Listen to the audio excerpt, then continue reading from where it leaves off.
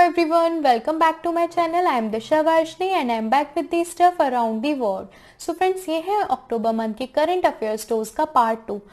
इसका पार्ट 1 आप मेरे चैनल पे जाके देख सकते हैं और मेरे चैनल को सब्सक्राइब भी कर सकते हैं, वीडियो को लाइक भी कर सकते हैं और अपने फ्रेंड्स के साथ शेयर भी कर सकते हैं. और अगर आपको मेरा कंटेंट पसंद आए तो आप मुझे फॉलो कर सकते हैं फेसबुक पे, इंस्टाग्राम पे, टेलीग्राम पे. नीचे सबका लिंक दिया हुआ है और इन क्वेश्चंस को डाउनलोड करने का भी लिंक दिया हुआ है. आप पूरी पीडीएफ डाउनलोड कर सकते हैं. तो देखते हैं आज का फर्स्ट क्वेश्चन.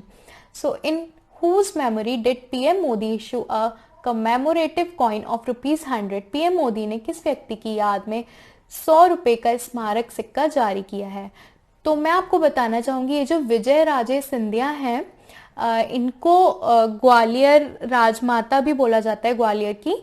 तो इनकी बर्थ एनिवर्सरी पे यानी कि 12 अक्टूबर को पीएम मोदी ने 100 रुपए का सिक्का जारी किया है. और मैं आपको बताना चाहूंगी, ये जो राजमाता सिंधिया हैं ये एक्टिव मेंबर थी जनसंघ की और को फाउंडर भी थी बीजेपी की. और जो इनके पति थे वो थे महाराजा जीवाजी राव सिंधिया. तो अब देखते हैं next question. So who has won Nobel peace prize 2020? Nobel शांति पुरस्कार 2020 का किसने जीता है? तो वर्ल्ड फूड प्रोग्राम ने 2020 का नोबेल शांति पुरस्कार जीता है. वर्ल्ड फूड प्रोग्राम एक ऑर्गेनाइजेशन है यूएन जनरल असेंबली की और इनको इस बार प्राइज मिला है. इनका जो हेडक्वार्टर है वो है रोम, इटली में. और इसका जो मेन एम है, जैसे कि नाम से ही पता चल रहा है, फूड, यानी कि ये हंगर और फूड सिक्योरिटी पे फोकस करते हैं. तो इनको इस साल प्राइज मिला है. और ये जितने भी ऑप्शंस मैंने यहाँ लिखे हैं ये भी नोबेल पीस प्राइज रिसिपिएंट रह चुके हैं, फॉर्मर पीस प्राइज वो रिसिपिएंट हैं. तो इनके मैंने नाम लिखे हैं यहाँ पे. अब देखते हैं next question. The royal Swedish academy decided to give Nobel prize in economics to? तो नोबेल प्राइज इन इकोनॉमिक्स इस बार का किसे मिला है? तो ये जो पॉल मिलग्रोम और रॉबर्ट बी विल्सन है, इनको प्राइज मिला है. अभिजीत बनर्जी को लास्ट टाइम मिला था प्राइज इकोनॉमिक्स में. इस साल पॉल मिलग्रोम और रॉबर्ट बी विल्सन को मिला है, यानी कि बोथ बी एंड सी. और इन्होंने ऑक्शन थियोरी में इम्प्रूवमेंट्स किए थे, इसकी वजह से इनको नोबेल पीस प्राइज मिला है. यानी कि इन्होंने नए ऑक्शन फॉर्मेट्स डिजाइन किए थे गुड्स एंड सर्विसेज के लिए. अब देखते हैं next question. So which is the country's first anti radiation missile for Indian air force developed by DRDO and successfully test fired from Sukhoi 30 fighter aircraft? DRDO द्वारा विकसित और सुखोई 30 लड़ाकू विमानों से सफलतापूर्वक परीक्षण किए गए भारतीय वायुसेना के लिए देश का पहला एंटी रेडिएशन मिसाइल कौन सा है? तो जो first indigenous anti radiation missile है वो है रुद्रम. जी हाँ, रुद्रम को डीआरडीओ ने सक्सेसफुली टेस्ट फायर किया है उड़ीसा के कोस्ट से. और एंटी रेडिएशन मिसाइल्स देखिए क्या होते हैं, ये जो है जो दुश्मन का जो एयर डिफेंस सिस्टम होते हैं उसको वीकन कर देते हैं, डेबिलिटेट कर देते हैं. उनका जो रेडार कम्युनिकेशन होता है या जितनी भी रेडियो फ्रिक्वेंसी एमिटिंग टारगेट्स होते हैं वो सब वीकन कर देते हैं. और अच्छा ये बताइए डीआरडीओ के चीफ कौन है? तो जी सतीश रेड्डी जो हैं डीआरडीओ के चीफ हैं. ये पता होना चाहिए, अगर हम जीके पढ़ रहे हैं, करंट अफेयर्स पे इतना फोकस कर रहे हैं तो हमको ये सब पता होने चाहिए कि चेयरमैन कौन है, चीफ कौन है, हेड कौन है, हेडक्वार्टर्स कहाँ है, ये सब कहाँ है. क्योंकि अभी आप देख रहे होंगे, हाल ही में सुन रहे होंगे, डीआरडीओ ने काफ़ी सारी मिसाइल्स सक्सेसफुली टेस्ट की हैं. तो हमें ये सब पता होना चाहिए, हमारी नॉलेज में होना चाहिए. अब देखते हैं next question. Who has won maiden grand slam title in women's single French open 2020? महिला एकल फ्रेंच ओपन 2020 में मेडन ग्रैंड स्लैम का खिताब किसने जीता है?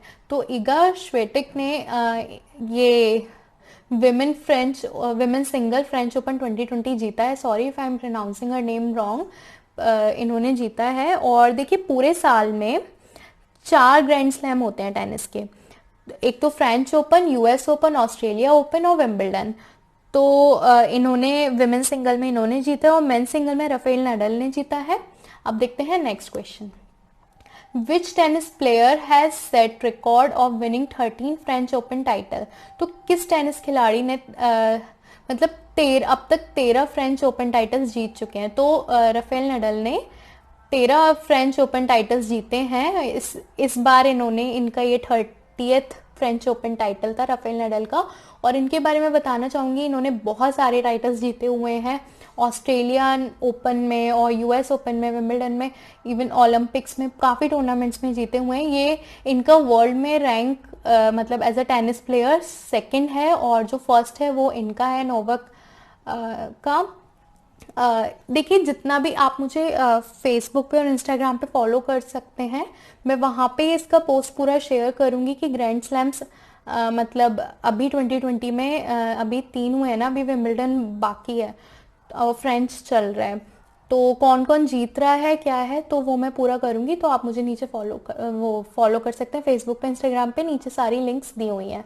अब देखते हैं next question. For the development of a method for genome editing, Nobel prize 2020 in chemistry awarded to. तो जीनोम एडिटिंग के मेथड में डेवलपमेंट मतलब इम्प्रूव किया इन्होंने, तो उसके लिए केमिस्ट्री में नोबेल प्राइज किसे मिला है? तो ये हैं इमैनुअल शार्पेंटियर और जेनिफर ए टोडना, इनको केमिस्ट्री में नोबेल प्राइज मिला है, तो बोथ ए एंड बी। अब नेक्स्ट है, for which sector British prince William launch multi million pound prize for the next 10 years. तो ब्रिटिश के मतलब जो ब्रिटेन के जो प्रिंस विलियम हैं, इन्होंने मल्टी मिलियन पाउंड प्राइज रखा है अगले 10 सालों तक के लिए। तो वो किस सेक्टर के लिए रखा है? एजुकेशन, एनवायरनमेंट, आर्टिफिशियल इंटेलिजेंस या जर्नलिज्म? सॉरी, तो एनवायरनमेंट के लिए इन्होंने ये अर्थशॉट प्राइज रखा है। और मैं बताना चाहूँगी कि ये जो अर्थशॉट प्राइज है ये हर साल दिया जाएगा, और ये 1.29 मिलियन डॉलर्स का प्राइज है, और एनवायरनमेंट को प्रोटेक्ट और रिस्टोर करने के लिए ये दिया जाएगा। और ये बहुत अच्छा स्टेप है एनवायरनमेंट के लिए।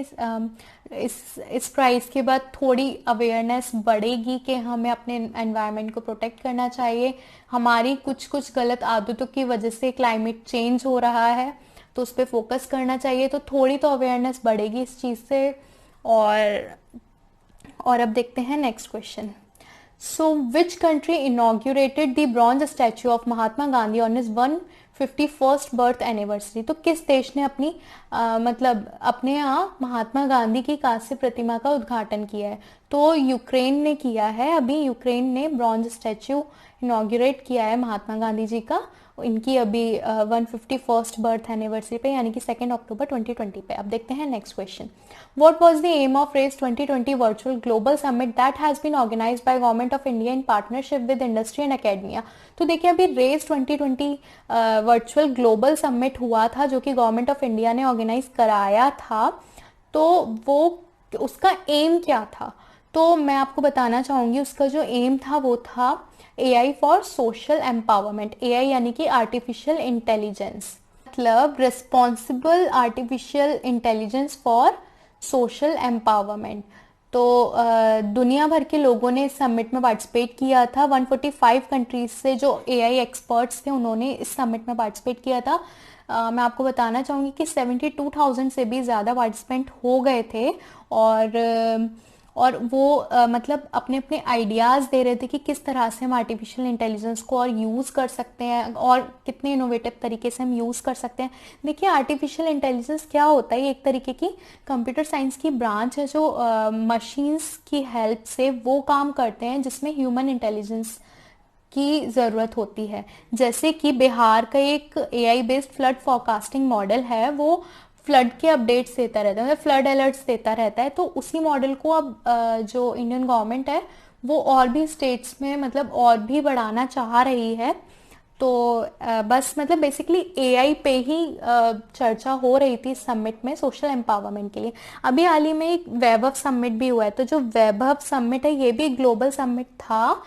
ये क्या था? Global summit of overseas and resident Indian scientist, मतलब जो भी ओवरसीज मतलब जितने भी इंडियन साइंटिस्ट थे ना, उन लोगों के साथ ये ग्लोबल समिट हुआ था। और इन्होंने जो है फोकस किया था एक तरीके से, जो जितने भी इनिशिएटिव्स हैं, जैसे कि ई विद्या हुआ या फाउंडेशनल लिटरेसी हुआ, न्यूमरेसी मिशन हुआ, ये जितने भी हैं उन सब पे फोकस किया था वेब समिट। देखते हैं next question, who has top the Hurun's list of India self made wealthiest entrepreneur under the age of 40। तो देखिए 40 साल से कम उम्र के भारत के स्वनिर्मित सबसे अमीर मतलब उद्योगियों की हुरन की सूची में कौन शीर्ष पर है। तो ये जो है थे नितिन एंड निखिल कामत, यानी कि जीरोधास कंपनी है उसके ये इनकी है, और ये टॉप लिस्ट पे अंडर 40, मतलब अंडर 40 जो सेल्फ मेड वेल्दिएस्ट एंटरप्रेन्योर की जो लिस्ट है, हुरन्स लिस्ट है, उसमें ये नितिन एंड कामत टॉप पर हैं, और इनकी जीरोधास कंपनी है बैंगलोर में। तो इन्होंने ये साथ में फाउंडेड की थी, और ये लार्जेस्ट स्टॉक ब्रोकर है। और मैं आपको बताना चाहूंगी ये जो IIFL wealth Huron India rich list है, ये एक तरीके का बैरोमीटर होता है इंडियन इकोनॉमी का। मतलब इससे हमको ये हम एनालाइज कर पाते हैं कि जो मतलब इंडस्ट्रीज में कितनी ग्रोथ हुई है। ठीक है, तो ये अंडर द एज ऑफ 40 वालों की थी, उसमें से इन दोनों का टॉप पर है। बाकी इन लोगों का सेकंड है, थर्ड फोर्थ है। अब देखते हैं next question, in which state Hollongi airport project is developing by AAI। तो होलोंगी एयरपोर्ट प्रोजेक्ट किस स्टेट में चल रहा है। एयरपोर्ट अथॉरिटी ऑफ इंडिया ये एयरपोर्ट बना रही है, किस राज्य में बना रही है, आंध्र प्रदेश, अरुणाचल प्रदेश, कर्नाटक या झारखंड। तो अरुणाचल प्रदेश की जो कैपिटल ईटानगर, उसके पास ये एयरपोर्ट बन रहा है। अब देखते हैं नेक्स्ट क्वेश्चन, 2020 तक कंप्लीट हो जाएगा एयरपोर्ट का काम। In which country a 16 year old girl has become PM for a day. किस देश में एक 16 साल की लड़की एक दिन के लिए PM बनी है, फिनलैंड, आइसलैंड, स्वीडन या नॉर्वे। तो देखिए फिनलैंड में 16 ईयर्स की लड़की जो है एक दिन के लिए PM बनाई है। ये एक तरीके का ह्यूमैनिटेरियन ऑर्गेनाइजेशन प्लान है इंटरनेशनल गर्ल चाइल्ड डे पे। गर्ल्स टेक ओवर का ये एक पार्ट था, उसमें ये जो सना मैरिन जो वहाँ की जो PM है, उन्होंने ये आवा मोटो को चांस दिया था। ये जो आवा मोटो है 16 ईयर ओल्ड हैं बस केवल, और ये एक तरीके से climate and human right activist हैं ये। मतलब जितने भी वहाँ जो कैंपेन होते हैं उसमें काफ़ी एक्टिवली पार्टिसिपेट करती थी, तो इनको एक दिन के लिए PM बनाया है। और ये बहुत अच्छा स्टेप है, ये जो जेंडर गैप है हमारी सोसाइटी में उसको मतलब इस जेंडर गैप को कम करने के लिए एक बहुत अच्छा इनिशिएटिव है। तो ये हुआ था, और इंडिया में भी इस तरह से चीज़ें हुई हैं काफ़ी। 23 गर्ल्स ने मतलब एम्बेसीज में और ये जितने भी हाई कमीशन हैं उसमें ये कुछ टाइम के लिए पोजीशन ली थी। तो ये बहुत अच्छा स्टेप है, अवेयरनेस फैलानी चाहिए, मतलब जेंडर इक्वालिटी होनी चाहिए हमारी सोसाइटी में। तो अब देखते हैं next question, Which state has become the first state in India to provide 100% piped water connection in rural household? तो कौन सा राज्य भारत का है ऐसा है जहाँ पे 100% पाइप्ड वाटर कनेक्शन हो गया है, मध्य प्रदेश, केरला, गोवा या उत्तराखंड। तो गोवा में 100% पाइप्ड वाटर कनेक्शन हो गया है रूरल एरियाज में। ये भी बहुत अच्छी बात है कि रूरल एरियाज डेवलप हो रहे हैं, वहाँ पे 100% पाइप्ड वाटर कनेक्शन हो गया है। तो ये इंडिया का फर्स्ट स्टेट है जहाँ ये हुआ है। अब देखते हैं next question, which educational scheme of India got $500 million financial support from world bank. तो किस एजुकेशनल मतलब शैक्षिक योजना को विश्व बैंक से $500 मिलियन की वित्तीय सहायता मिली है, सर्व शिक्षा अभियान, NPGL, IDMI या स्टार्स। तो देखिए स्टार्स को $500 मिलियन का फाइनेंशियल सपोर्ट मिला है। जो स्टार्स का जो एम है वो मतलब उसका जो इसका इस योजना का जो फुल फॉर्म है वो है strengthening teaching learning and results for states. तो इनको इसका ये सपोर्ट मिला है, और ये NEP के अंदर आती है। और और ये बहुत अच्छी बात है कि एजुकेशन पे इतना ध्यान दिया जा रहा है हमारे देश में। तो इसके बारे में मैं डिटेल में एक बार फेसबुक, इंस्टाग्राम और टेलीग्राम पे अपलोड करूंगी, आप मुझे वहाँ पे फॉलो कर सकते हैं, डिस्क्रिप्शन में सारे लिंक्स दिए हुए हैं। तो बस आज के लिए बस इतना ही। अगर आपको मेरा कंटेंट पसंद आया हो तो मेरे चैनल को सब्सक्राइब ज़रूर करें, वीडियो को शेयर ज़रूर करें और डिस्क्रिप्शन में सारे लिंक्स दिए हुए हैं। इसके पीडीएफ की लिंक भी मैं डिस्क्रिप्शन में डाल दूँगी अभी थोड़ी देर में, तो आप वहाँ से ये सारे क्वेश्चंस डाउनलोड कर सकते हैं। Okay, thank you, have a good day.